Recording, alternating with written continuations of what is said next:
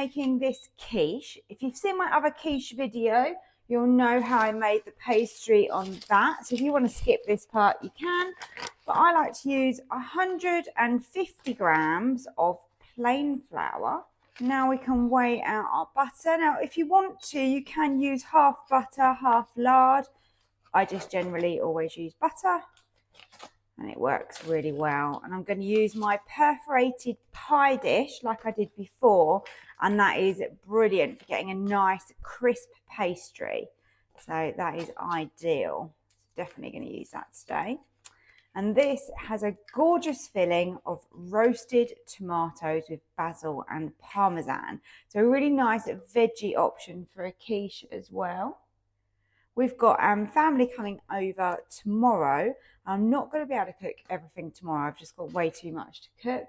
So I thought this is the sort of thing that I can make today, and then I can pop it in the oven and warm that back through tomorrow, ready to serve. It just makes your life that little bit easier, doesn't it?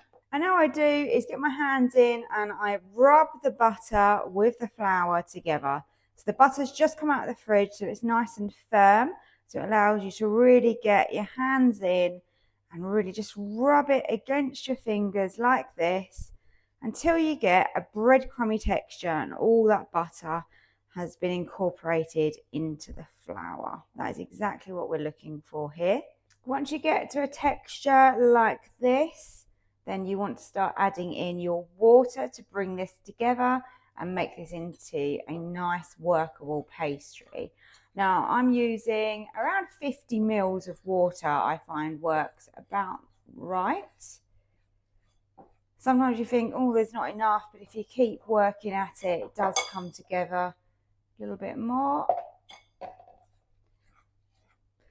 And obviously you don't want to put too much water in and make it too wet and too sticky. Okay, my last little bit, that is my 50 millilitres in now. And look, that starts forming a really lovely dough. Now with a quiche, I always blind bake it because that is so important to getting it just right. Right, here's my silicone mat. Absolutely love these from Amazon. If you've not seen these in my videos before, I do have a link down below for you if you want to grab them, and they are ideal. I use it when I'm making bread, pizza, pastry, anything that's going to stick to your worktop basically is ideal for that. And now I can simply roll this out. I might need a little bit of flour here, just on my rolling pin and on the top of here. And we can start to roll this out. And it allows me to move it around a lot easier without getting stuck, which is great. Makes it much easier to keep moving it to get your circle. Here's my perforated pie dish, which I'm using for this. Now this isn't going to be perfect because it's not exactly the right size, but you can see how easy that comes off of there. I really like these quantities for pastry. I find they work really well. So all I'm going to do is just move this around, get this in my dish, and then I'm going to remove the excess and patch up the edges. There you go. Little patched up job around the edges. I don't mind that. And then I always fork the bottom of the pastry, because if not, you can get a bit of a rise on the bottom here, and we don't want that to happen. We want it to stay in shape the best we can. So just do that. Now we can line this with your baking paper, baking parchment, whatever you like to call it. So just get that in the bottom, push that in like that. And then you want to fill that with baking beans. If you don't have baking beans, then you can use rice. So there is an alternative. But basically all that is doing is weighing that down, but we're also cooking it. So this is called blind baking. And we can get that in the Ninja. In the very bottom of the Ninja, I'm going to put my tomatoes. So I've got some whole cherry tomatoes there. And we're going to spray them with some oil and then give them some black pepper and a little bit of salt.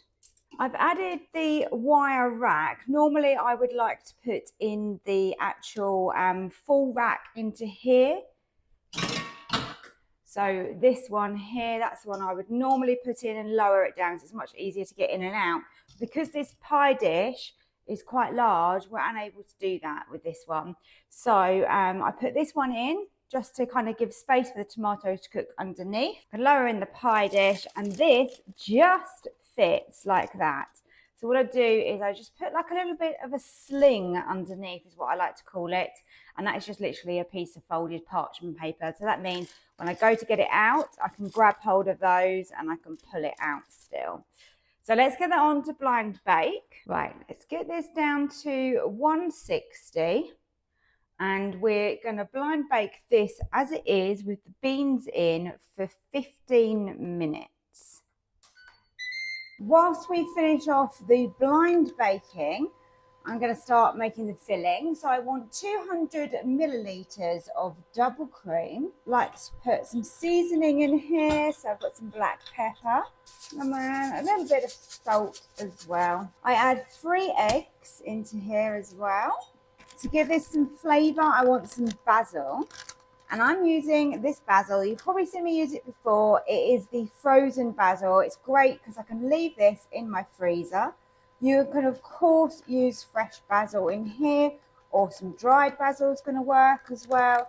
This one to me is just got so much scent and flavour that it's like using fresh basil, but it's really convenient just to have it in your freezer. Okay, let's give that a mix, because I'm not quite sure how much I've got in there at the moment. Really, you want to do that to taste, really. There's no real quantity for the basil. Want loads of little flecks through it like this. And then I do, though, weigh out my Parmesan. And I need to grate this in. And I want 50 grams. So it's going to take me a while to grate all of this in. Parmesan is now all in. That's 50 grams. And you can see how thick and scrumptious that is now.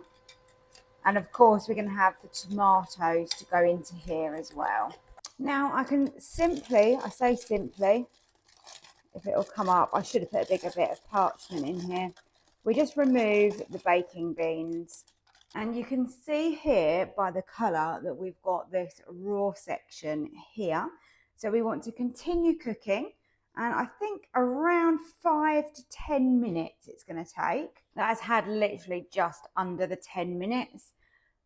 Fork in the bottoms works because that hasn't risen up, so that is perfect, and it's dried out really nicely. And that's what you want. You just want it to see it dried out, because it's still going to be cooked for longer, but we just don't want to have that soggy base. So let's pull that out. And let's have a look at our tomatoes underneath. And they have had all that time in the bottom. So they're just starting to soften slightly. Just wondering whether to give them a little bit longer on a higher heat, just to give them a blast. Because obviously they're going to be cooked in the quiche, but we don't want really any firmness when they're in the quiche. I think I'm going to give them 5 more minutes. Perfect. Look, that extra blast has made all the difference. You're just softening those tomatoes.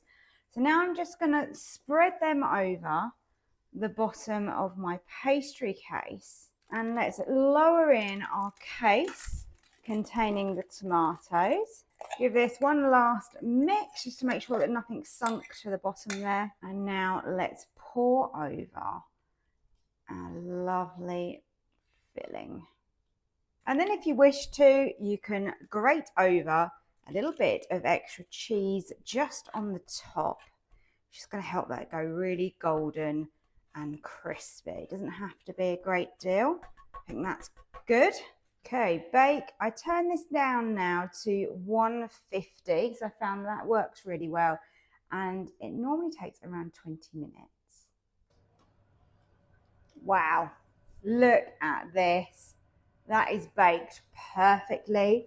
So let's take it out. I am chuffed to bits with this. How good does that look? You can see all the little bits of basil running through.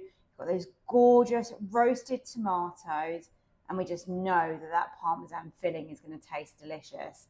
And I can guarantee you that will not have a soggy bottom.